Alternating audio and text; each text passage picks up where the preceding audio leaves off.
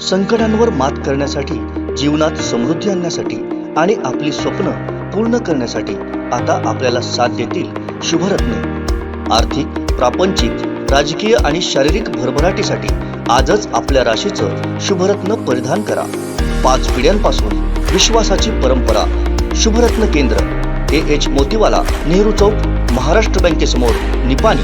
Mobile 09448 14 24 21।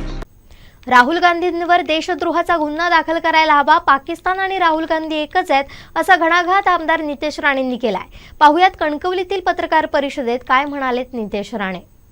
Rahul गांधींवर खरं म्हटलं तर देशद्रोहाचा खटला चालवला पाहिजे। लक्षात, आपल्या देशाची बदनामी बाहेरगावच्या देशांमध्ये जाऊन करायची, तिथे टाळ्या मिळवायच्या,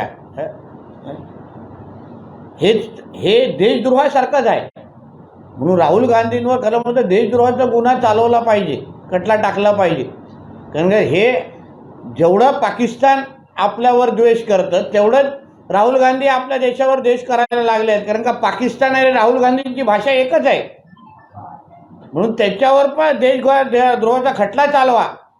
अशा व्यक्तीला देशावर बोलण्याचा काय अधिकार नाही आहे, जे देशाबद्दल बाहेर जाऊन बदनामी करतात आणि इथे येऊन देशाच्या, आज पण राहुल गांधी ज्या घरामध्ये राहतात, जे सरकारी सुविधा वापरतात, ते भारत सरकारचे आहेत आणि त्याच भारतात जाऊन तुम्ही बाहेर बदनामी करत असाल ना, तर दाऊद इब्राहिम आणि राहुल गांधीमध्ये काही फरक नाही। कुठलाही मोठा अतिरेकी ओसामा बिन लादेन आणि राहुल गांधीमध्ये काही फरक नाही। तुम्हाला सांग, पाकिस्तान आणि राहुल गांधी हे एकच आहे, काही फरक नाही त्याच्यामध्ये। त्यांचीच भाषा आहे ना। ते जसं आपल्या देशावर द्वेष करतात, भारतावर द्वेष करतात, भारताची बदनामी करतात, पाकिस्तान जिंदाबादचं समर्थन करतात, तीच भाषा राहुल गांधी करतायत। म्हणजे पॉप्युलर फ्रंट ऑफ इंडिया म्हणजे हे चार्जशीटमध्ये आलेलं आहे। जे जेव्हा त्यांचे लीडर आणि त्यांच्या कार्यकर्त्यांना जेव्हा अटक केलं, पॉप्युलर फ्रंटची भूमिका आणि राहुल गांधीची भूमिका एकच आहे, वारंवार दिसलेलं आहे ते।